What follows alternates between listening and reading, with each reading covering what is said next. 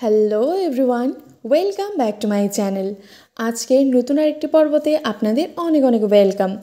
আজকের এই পর্বে আপনাদের সাথে শেয়ার করব একটি ডেজার্ট আইটেম, সাবুদানার ফ্রুট কাস্টার্ড। এই গরমে তৃপ্তি পাওয়ার মতো একদম ঠান্ডা ঠান্ডা এই রকম ডেজার্ট অবশ্যই আপনারা একবার হলেও বাড়িতে ট্রাই করুন। আর এখন যেহেতু রমজান মাস চলছে, আপনারা কিন্তু ডেজার্টে এই আইটেমটি অবশ্যই তৈরি করতে পারবেন। তো চলুন দেখে নেওয়া যাক রেসিপিটি আমি কিভাবে তৈরি করেছি। রেসিপিটি বানানোর জন্য সবার প্রথমে এখানে আমি সাবুদানাটাকে জল দিয়ে ভিজিয়ে রাখছি। এই সাবুদানাগুলোকে আমি 1 থেকে 2 ঘন্টার জন্য জলের মধ্যে ভিজিয়ে রাখছি। এইদিকে আমার পছন্দ মতো বেশ কিছু আমি ফল নিয়েছি, সেগুলোকে কেটে নিচ্ছি। এখানে আমি যে সাবুদানাটা ব্যবহার করেছি, আপনারাও কিন্তু একটু বড় মাপের সাবুদানাটাই ব্যবহার করবেন। এখানে সব ফলগুলোই আমি এক এক করে কেটে নিচ্ছি। এখানে আপনারা আপনাদের যে কোনো পছন্দ মতো কিন্তু ফলও ব্যবহার করতে পারবেন। আর অবশ্যই চেষ্টা করবেন এখানে মিষ্টি জাতীয় ফল ব্যবহার করার। এখানে আমি আঙুরও কেটে নিচ্ছি।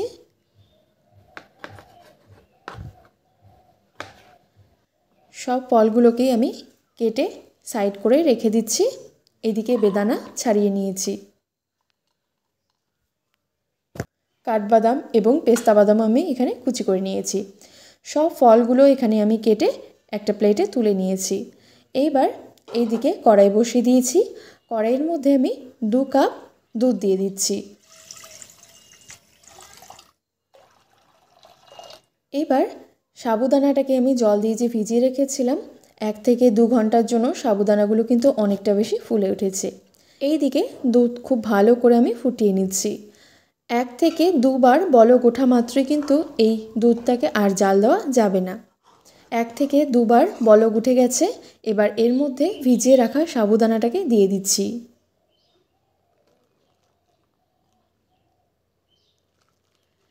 এবার একটু নেড়ে নিচ্ছি। আর অবশ্যই এইভাবেই করে একটু সবসময় নেড়ে দেবেন, না হলে নিচে লেগে যাবে। এর মধ্যে দিয়ে দিচ্ছি পরিমাণ মতো চিনি। খুব ভালো করে একটু নেড়ে নিচ্ছি। এইবার এইদিকে একটা বাটির মধ্যে নিয়েছি 2 চামচ পরিমাণে কাস্টার্ড পাউডার।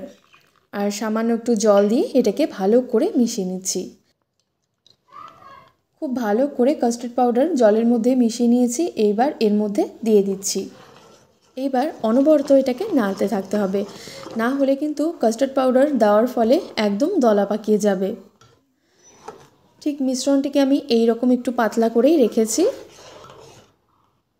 এবার 2-1 বার বলক ওঠা মাত্রই আমি এটাকে নামিয়ে নিয়েছি। এবার এটাকে ঠান্ডা করে নিচ্ছি। ঠিক মিশ্রণটিকে আমি এইভাবে করেই রেখেছি আর একটা বোলের মধ্যে এটাকে তুলে নিচ্ছি। এবার এই মিশ্রণটি একদম ঠান্ডা হয়ে গেছে। এবার এর মধ্যে ফলগুলোকে অ্যাড করে দিচ্ছি। সব ফলগুলোকে এক এক করে আমি অ্যাড করে দিচ্ছি এখানে। আর অবশ্যই কিন্তু এখানে এই মিশ্রণটিকে একটু ঠান্ডা করে ফলগুলো অ্যাড করবেন। এবার সব মিশ্রণকে আমি একবারে এখানে ঘেটে নিচ্ছি। সব কিছুকে খুব ভালো করে এখানে মিশিয়ে নিয়েছি। আর এর মধ্যে আমি বেশ কিছু ফল এবং ড্রাই ফ্রুটস দিয়ে এটাকে ডেকোরেশন করে নিয়েছি। খুব সহজেই কিন্তু তৈরি হয়ে গেল একদম এই গরমে তৃপ্তি পাওয়ার মতো একটি ডেজার্ট।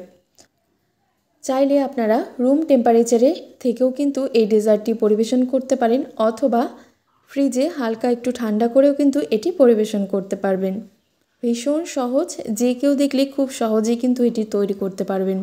তো আশা করব আমার আজকের এই ছোট্ট পর্বটি আপনাদের ভালো লেগেছে। ভালো লেগে থাকলে অবশ্যই একটি লাইক, শেয়ার এবং চ্যানেলটিকে সাবস্ক্রাইব করে রাখবেন। সবাই ভালো থাকবেন, সুস্থ থাকবেন। আবারও আসবো নতুন কোনো রেসিপি নিয়ে। ধন্যবাদ।